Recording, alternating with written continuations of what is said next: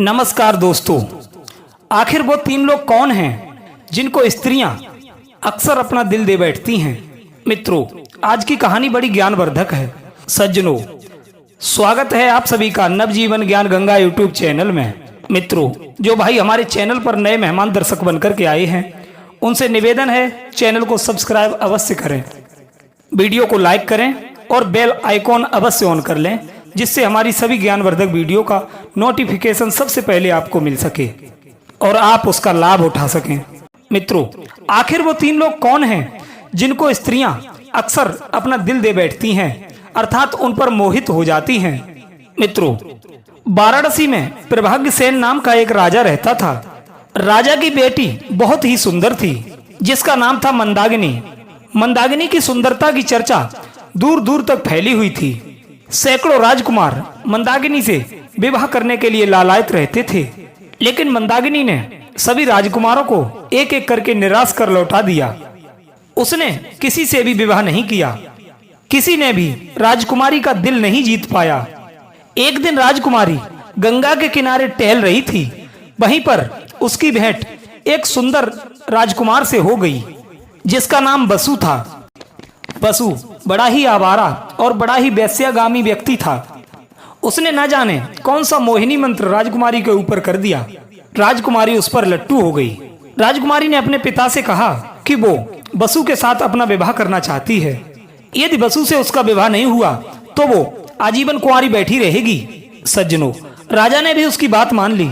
इधर राजा ने मंदाकिनी और बसु के विवाह की संपूर्ण तैयारी करना शुरू कर दी, लेकिन संयोगवश बसु क्षय रोगी होकर मर गया। ये देखकर मंदाकिनी को बहुत दुख हुआ। उसने ये प्रण कर रखा था कि वो बसु को ही अपना पति बनाएगी, अन्य किसी को नहीं। बसु के ना रहने पर राजकुमारी ने बसु की एक मूर्ति बनवाकर अपने कक्ष में रख ली और विधवाओं की तरह जीवन बिताने लगी। वो उस मूर्ति को बहुत प्यार करती थी और सुबह शाम उससे बातचीत भी किया करती थी। राजा ने उसे बहुतेरा समझाया कि बेटी, बसु तो अब इस दुनिया से चला गया, तुम अपना विवाह किसी अन्य राजकुमार के साथ रचा लो। हे पुत्री, अभी तो आपकी पूरी जिंदगी पड़ी है और आप पूरी जिंदगी विधवाओं की तरह कैसे व्यतीत करोगी? इस दुनिया में बसु से कई गुना ज्यादा सुंदर राजकुमार मिल जाएंगे। उनमें से जो तुम्हें पसंद आए उन्हीं में से अपना वर चुन लो। प्रिय दर्शकों, लेकिन राजकुमारी ने राजा की बात मानने से साफ इनकार कर दिया। अंत में राजा बेटी की जिद के आगे निराश होकर बैठ गए। सैकड़ों राजकुमार विवाह की इच्छा लेकर राजा के पास आए। राजा ने कहा, देखो भाई, मेरी बेटी मेरी बात सुनने के लिए तैयार नहीं है। अब तो एक ही सिर्फ रास्ता है। जो भी राजकुमार मेरी बेटी का हृदय जीत लेगा, उसी के साथ मैं अपनी बेटी का विवाह कर दूंगा और अपना आधा राज्य भी उसके नाम कर दूंगा। लेकिन समस्या ये है कि राजकुमारी मंदाकिनी किसी से भी मिलना नहीं चाहती है। वो पूरे दिन अपनी दासी के साथ अपने कक्ष में रहती है और उस मूर्ति से न जाने क्या क्या बातचीत करती रहती है। बाकी समय में वो महल के झरोके से गंगा की ओर निहारती रहती है। प्रिय मित्रों, राजा के बताने के बाद कई राजकुमार प्रयास करके चले गए, लेकिन उनकी भेंट राजकुमारी से नहीं हो पाई। एक दिन भरत नाम का राजकुमार राजा के दरबार में आया। भरत बहुत ही बुद्धिमान और खूबसूरत भी था। उसने भी राजा की समस्या को सुना। भरत कहने लगा, महाराज, मैं राजकुमारी का हृदय तो जीत लूंगा, लेकिन मुझे ये बताओ, राजकुमारी जब झरोके से नीचे देखती हैं, तो उसके नीचे आने वाले यात्री से राजकुमारी को कोई दिक्कत तो नहीं होती है? राजा बोले, नहीं, उसे इस बात से कोई आपत्ति नहीं। वो तो बस झरोके से गंगा को निहारती रहती है। राजकुमार भरत कहने लगा, तो फिर आप चिंता मत करो, मैं उसका हृदय जीत कर रहूंगा। सज्जनों, अब तो राजकुमार भरत ने एक युक्ति सोची कि वैसे तो राजकुमारी किसी से मिलती जुलती नहीं, और जब तक वो किसी से मिलेगी नहीं या किसी को देखेगी नहीं, उसके मन पर किसी तरह का कोई प्रभाव नहीं पड़ेगा। राजकुमार भरत ने एक सुंदर सी स्त्री का पुतला बाजार से खरीद लाया और एक नाव में नाविक बनकर सवार हुआ। वो स्त्री का पुतला भी उसने उसी नाव में रख लिया और नाव लेकर राजकुमारी के झरोके के नीचे पहुंच गया, जहां से वो रोजाना खड़ी होकर गंगा की तरफ देखती थी। भरत जब नाव लेकर उसके झरोके के नीचे आया, उस समय राजकुमारी अपने झरोके पर खड़ी होकर नीचे की तरफ देख रही थी। अचानक उसने अपने झरोके से देखा कि एक खूबसूरत नाविक उसके महल के नीचे नाव लेकर आया है। राजकुमारी बोली, है नाविक, तुम कौन हो और यहाँ नाव लेकर क्यों आए हो? भरत कहने लगा, लगता है तुम राजकुमारी जी की दासी हो। क्या तुम अपनी राजकुमारी से पूछकर मुझे ये बता सकती हो कि मैं यहाँ पर कुछ दिनों के लिए ठहरना चाहता हूँ, क्योंकि मैंने सुना है कि बड़ा ही भयंकर तूफान आने वाला है और मेरी नाव भी टूटी फूटी है। तूफान थमने के बाद मैं यहाँ से चला जाऊंगा। यदि मैं तूफान में गंगा के बीच फंस गया तो मैं नाव सहित गंगा में डूब जाऊंगा। सज्जनों, राजकुमार भरत ने जानबूझकर राजकुमारी को दासी कहा था, इसलिए राजकुमारी ने समझा शायद वो मुझे पहचान नहीं पाया है। राजकुमारी ने भी कह दिया कि कोई बात नहीं, रुक जाओ, मुझे कोई दिक्कत नहीं है। प्रिय दर्शकों, अब तो राजकुमार भरत नाव को लेकर वहीं पर ठहर गए। काफी देर हो गई। इधर राजकुमारी के कान में उस नाविक की आवाज पड़ी तो उसने अपनी दासी को नीचे ये देखने के लिए भेजा कि देखकर आओ वो नाविक इस समय क्या कर रहा है, जो कि उसका शोर यहाँ तक आ रहा है। दासी फौरन महल के नीचे गई तो उसने देखा कि उस नाविक ने वो स्त्री रूपी पुतले को अपने सामने बैठा रखा है और 2 आदमियों का भोजन बनाकर भोजन करने के लिए बैठा है। उसने 2 पात्रों में भोजन परोसा। एक पात्र तो चांदी का था और दूसरा पात्र पत्तों का बना हुआ था। उसने चांदी वाले बर्तन का भोजन उस स्त्री रूपी पुतले के आगे रख दिया और उसे मनाते हुए बोला, प्रिय, भोजन कर लो। यदि तुमने भोजन नहीं किया तो मैं भी भोजन नहीं करूंगा। जब तुम जीवित थी तब भी मैं तुम्हें छोड़कर भोजन नहीं करता था, तो आज तुम्हें छोड़कर भोजन कैसे कर लूं? सज्जनों, कुछ देर मनाने के बाद जब उस पुतली ने भोजन नहीं किया तो नाविक ने भी भोजन नहीं किया और उस भोजन को उठाकर गंगा जी में छोड़ दिया कि चलो इसे मछलियां ही खा लेंगी। अब तो वो एक पुतली थी तो वो भोजन करे भी कैसे? वो तो एक मूर्ति थी। नाविक का ऐसा बर्ताव देखकर दासी कहने लगी, अरे भाई, क्या पागल हो? वो पुतली तो एक मूर्ति है, वो भला भोजन कैसे कर पाएगी? उसके चक्कर में आपने भी भोजन नहीं किया, ये तो मूर्खता है।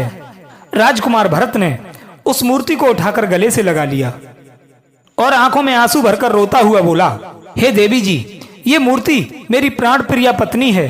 2 वर्ष पहले उसकी मृत्यु हो गई। जब वो जीवित थी तो वो मुझे छोड़कर भोजन कभी नहीं करती थी। मैंने उसकी ये मूर्ति बनवा ली। अब आप बताओ, जब वो मुझे छोड़कर भोजन नहीं करती थी तो मैं उसे छोड़कर भोजन कैसे कर लूं? मैं उससे बहुत प्रेम करता था और आज भी मैं उससे उतना ही प्रेम करता हूँ। इसलिए मैंने स्वयं के लिए पत्तल में और उसके लिए चांदी की थाली में भोजन परोसा है। मैंने इसके लिए कई प्रकार के आभूषण और वस्त्र भी बनवाए हैं। मैं इसे हर रोज सजाता हूँ और नए वस्त्र आभूषण पहनाता हूँ और इसे हर समय अपने साथ रखता हूँ। सज्जनों, नाविक की दीवानगी देखकर दासी भी पानी पानी हो गई। उसने देखा नाविक स्वयं तो फटे पुराने कपड़े पहने हैं और उस पुतली को सोने चांदी से जड़े हुए वस्त्र पहनाए हुए है। सोचने लगी, अपनी स्त्री से इतना प्रेम करने वाला इंसान मैंने तो आज तक नहीं देखा। सज्जनों, दासी ने ये बात जाकर के राजकुमारी को बताई तो सुनकर वो भी हैरान हो गई कि इतना प्रेम वो अपनी मरी हुई स्त्री से करता है कि उसके ना खाने पर स्वयं भी नहीं खाता है, और जब वो जीवित होगी तो कितना प्रेम करता होगा। बसु के मरने के बाद भूखी तो मैं भी कभी नहीं रही, लेकिन ये नाविक तो भूखा रहता है। सज्जनों, इस प्रकार वो दिन बीत गया। अगला दिन आया तो राजकुमारी ने सुना कि नाविक तेजी से कराह रहा है। राजकुमारी ने स्थिति का पता लगाने के लिए दासी को भेजा और कहा, हे दासी, नीचे जाओ और पता लगा करके आओ कि इतनी तेज तेज स्वर में ये नाविक क्यों कराह रहा है। दासी जब नीचे पहुंची तो उसने देखा कि नाविक के सर में पट्टी बंधी हुई है और वो कराहता हुआ किसी को गाली दे रहा था। दासी पूछने लगी, हे भाई नाविक, तुम्हें क्या हुआ है? तुम्हारे सिर पर पट्टी कैसे बंधी हुई है? भरत कहने लगा, हे राजकुमारी की दासी, रात मुझ पर कोई हमला करके मेरी नाव की पतवार चुरा ले गया और बिना पतवार के मैं नाव भी कहीं नहीं ले जा सकता। यदि तुम्हारी राजकुमारी की कृपा हो जाए तो मैं नाव को यहीं छोड़कर बाजार चला जाता हूँ और दूसरी पतवार खरीद लाऊंगा और मैं अपने लिए दवाई भी ले आऊंगा। दासी ने ये बात जाकर राजकुमारी को बताई। राजकुमारी कहने लगी, कोई बात नहीं, उसे जाने की आज्ञा दे दो। सज्जनों, अब तो राजकुमार भरत बाजार गया और बाजार से एक पतवार खरीदी और दासी के लिए एक रतन जड़ित हार खरीदा। उसके बाद वो अपनी नाव के पास लौट आया। इधर दासी को पता लगा कि नाविक बाजार से लौट आया है, तो वो उसे देखने के लिए आई। इधर भरत ने वो रतन जड़ित हार उसे भेंट कर दिया और कहा, ये हार मैं तुम्हारे लिए लाया हूँ, लेकिन इसके बदले में तुम्हें एक काम करना होगा। राजकुमारी जिस मूर्ति की पति की तरह पूजा करती है, तुम उस मूर्ति को चुपचाप लाकर एक रात के लिए मुझे दे दो। दासी कहने लगी, ये कौन सी बड़ी बात है, शाम को जब राजकुमारी सो जाएगी तब मैं वो मूर्ति लाकर तुम्हें दे दूंगी। सज्जनों, राजकुमारी के सोने के बाद दासी ने राजकुमारी के प्रेमी बसु की मूर्ति नाविक राजकुमार भरत को लाकर के दे दी। नाविक ने क्या किया, राजकुमारी के पुतले को अपनी पुतली के पास बैठा दिया और सुबह दिन निकलने से पहले ही नाविक ने जोर जोर से शोर मचाना शुरू कर दिया। नाविक का शोर सुनकर राजकुमारी की आंखें खुल गईं। उसने अपने महल के झरोके से झांक कर देखा तो नाविक अपनी पुतली को बुरी तरह से डांट रहा था। राजकुमारी उसकी बातें गौर से सुनने लगी। नाविक अपनी पुतली को डांटता हुआ कह रहा था, खबरदार, आज से तुम्हारा मेरा कोई संबंध नहीं। तुम ये भली भांति जानती हो कि मैं तुमसे कितना प्रेम करता हूँ। तुम्हारे मरने के बाद मैंने दूसरा विवाह तक नहीं किया। हमेशा तुम्हें मैंने अपने सीने से लगा कर रखा। भोजन भी यदि तुमने नहीं खाया तो मैंने भी नहीं खाया। मैंने स्वयं फटे पुराने वस्त्रों से गुजर की, लेकिन तुम्हें सदैव सोने चांदी से जड़े हुए वस्त्र पहनाए।